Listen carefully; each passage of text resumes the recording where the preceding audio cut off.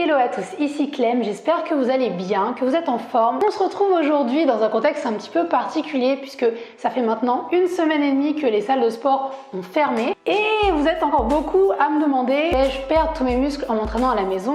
Vais-je régresser au niveau de mes objectifs? Comment faire pour ajouter de l'intensité et s'entraîner efficacement depuis la maison? Eh bien ça tombe bien puisque aujourd'hui ce sont des sujets que nous allons aborder. Donc aujourd'hui, premier épisode d'une petite série de vidéos consacrée à l'entraînement à la maison. Et on va aborder plus précisément le sujet de la perte de muscles. Donc si jamais l'idée de perdre ces précieux muscles durement acquis à la salle fait partie de tes préoccupations, reste bien ici car tu vas apprendre beaucoup de choses dans la vidéo. Et si jamais le sujet de la vidéo te plaît, tu n'hésites pas dès à présent à laisser un petit pouce en l'air à cette vidéo et à t'abonner à ma chaîne pour ne rien manquer des prochains épisodes. D'ailleurs les grenouilles, avant de lancer le sujet de la vidéo, j'aimerais vous rappeler 2 choses très importantes. De une, je vous invite grandement à maintenir le maximum d'activité possible tout en restant chez vous. Je vous invite vraiment à respecter toutes les consignes données en ces périodes un petit peu difficiles. Et de 2, justement, pour vous aider à continuer votre activité physique lors de cette période de confinement, j'ai décidé de vous lancer sur mon compte Instagram que je vous partage juste ici 3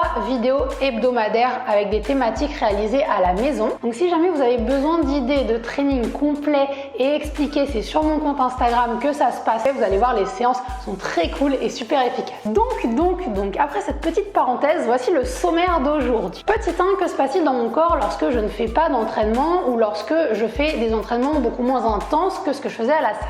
Et enfin, deuxième petite partie, je vais vous donner mes conseils pour limiter la perte de muscles. Petit 1, que se passe-t-il dans mon corps lorsque je ne fais pas d'entraînement ou alors que je m'entraîne de manière moins intense? Alors c'est vrai que lorsqu'on a tendance à s'entraîner à la salle toute l'année, soulever des charges très importantes, avoir une certaine intensité dans son entraînement, le fait de devoir passer à la maison, ça peut être quelque chose de déroutant pour certains, moi en premier, mais aussi parfois démotivant. Peut-être avez-vous le sentiment que travailler à la maison, ça ne sert pas à grand chose. Peut-être avez-vous l'impression de perdre des muscles, de vous sentir un peu plus plat. C'est peut-être d'ailleurs la première chose à laquelle vous avez pensé lorsque vous avez appris que les salles ont fermé. Du coup, je vais vous expliquer dans cette première partie ce qui se passe réellement dans votre corps lorsque vous stoppez l'entraînement ou vous vous entraînez différemment. Et vous allez voir qu'il existe souvent des petites différences entre ce qu'on observe et ce qui se passe réellement. Première phase, lorsque vous ne vous entraînez pas pendant 1 semaine ou alors que vous faites des entraînements qui vous stimulent différemment. Vous vous sentez très certainement moins musclé, plus plat, alors qu'en réalité, non, je peux vous l'assurer, ce n'est pas en 1 semaine que vous allez perdre des muscles.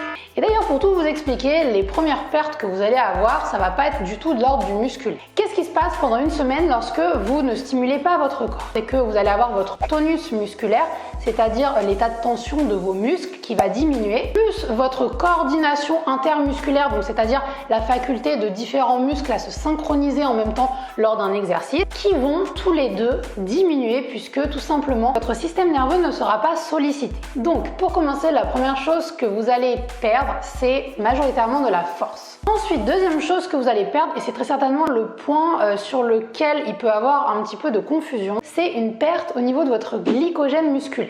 Alors, je m'explique. Lorsque vous entraînez régulièrement en musculation, la principale source d'énergie que vous allez utiliser, ça va être le glucose. C'est ce qui est présent dans nos muscles sous forme de réserve de glycogène musculaire. Du coup, quand tu fais de la muscu régulièrement, tu vas avoir ce stock de glycogène musculaire qui va être adapté selon tes efforts. Et si tu ne t'entraînes pas, ce petit stock va forcément baisser puisque tu n'en auras pas besoin. Et c'est là le gros souci, la confusion qu'il peut avoir. Car en réalité, quand tu te regardes dans la glace, tu penses que tu perds forcément du muscle, alors qu'en réalité, tu es juste moins congestionné. Ensuite, deuxième phase, au bout de 2 à 3 semaines, vous allez forcément vous sentir encore plus plat, étant donné que les pertes au niveau nerveux et énergétique vont continuer à se faire. Et du coup, ça ne nous dit pas si on va perdre du muscle au niveau de cette période. Plusieurs études scientifiques ont démontré qu'en réalité, c'est à partir de 3 voire 4 semaines de repos complet qu'on commence réellement à perdre du muscle. Et j'insiste bien sur tous les termes que j'ai prononcés dans la phrase. Du coup, bonne nouvelle. Car de une, ça veut dire que perdre du muscle au final, c'est pas si facile que ça. Et heureusement, parce que vu tout le mal qu'on se donne toute l'année à la salle, ce serait plutôt injuste. Pour que le délai de 3 voire 4 semaines que je vous ai annoncé précédemment soit valable, il faut bien entendu que vous n'ayez eu aucun entraînement et que votre corps ait été au repos complet. De deux, si vous continuez à vous entraîner régulièrement et intelligemment, vous allez retrouver rapidement la masse que vous avez plus ou moins perdue pendant cette période dès que vous allez reprendre vos entraînements. En réalité, et c'est d'autant plus valable si ça fait longtemps que vous faites du sport, vos muscles ont une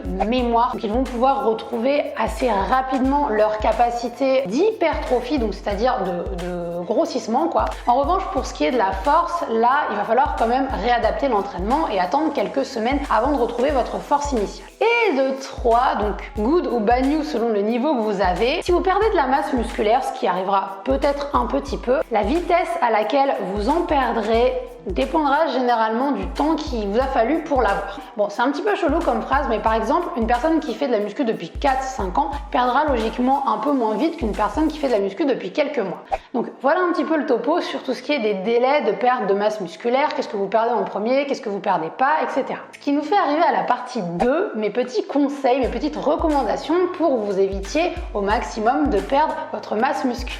Premier conseil, je pense que vous avez pu le deviner, continuez à vous entraîner régulièrement et sollicitez vos muscles fréquemment. Certes, si ça fait un petit bout de temps que vous vous entraînez en salle et que vous avez l'habitude de soulever un certain nombre de charges, effectivement, je ne vais pas vous lancer des paillettes, c'est pas à la maison où vous allez prendre davantage de masse musculaire. Et justement, c'est pas le moment d'abandonner. Il y en a certains qui pourraient être amenés à penser qu'à la maison, les efforts seront vains puisqu'il n'y a pas forcément beaucoup de charges, alors qu'au final, continuer un entraînement régulier, ça va vous permettre d'entretenir votre forme physique, votre santé et du coup de minimiser la perte de vos muscles. D'ailleurs, je vous spoil un petit peu, mais le prochain épisode de la vidéo sera consacré sur ce sujet, comment optimiser mon entraînement à la maison et réaliser des trainings efficaces. Conseil numéro 2 qui dit muscle dit alimentation et dit faites attention de ne pas trop tomber dans le piège je bouge moins donc je mange beaucoup moins. Et oui, car même si vous avez beaucoup moins de dépenses dans la journée parce que vous bougez moins, le fait de dire oui j'ai beaucoup moins d'activité physique dans la journée, du coup je vais me créer un petit déficit calorique pour éviter de prendre du gras, ça peut aussi jouer en défaveur de tes muscles et accélérer un petit peu ce catabolisme. Petit conseil très concret, ce que vous pouvez faire à la limite, c'est d'ajuster votre total calorique sur la semaine, suivant les jours où vous entraînez et les jours où vous entraînez pas. Je m'explique. Si par exemple vous bougez un petit peu plus dans la journée, vous pouvez faire en sorte d'augmenter légèrement votre total calorique de façon à bien vous nourrir autour de l'entraînement. A contrario, si vous êtes en jour de repos, vous pouvez diminuer légèrement votre apport calorique, tout en veillant quand même à ne pas avoir de différence trop importante suivant les jours où vous entraînez et les jours off. Et ensuite, troisième et dernier conseil, et sûrement le plus important que je ne cesserai de vous répéter, sous prétexte que vous êtes à la maison, évitez de vous entraîner 2 fois par jour, 7 jours sur 7. Si votre objectif est de garder un maximum de masse musculaire, c'est pas en vous entraînant le plus possible que vous allez en garder un maximum. Faites des choix intelligent. Privilégiez la qualité à la quantité. Il vaut mieux que vous fassiez 4-5 séances par semaine qui soient bien intenses où vous donnez le maximum, quel que soit le matériel que vous avez à disposition, plutôt que 7, 8, 9, 10 séances par semaine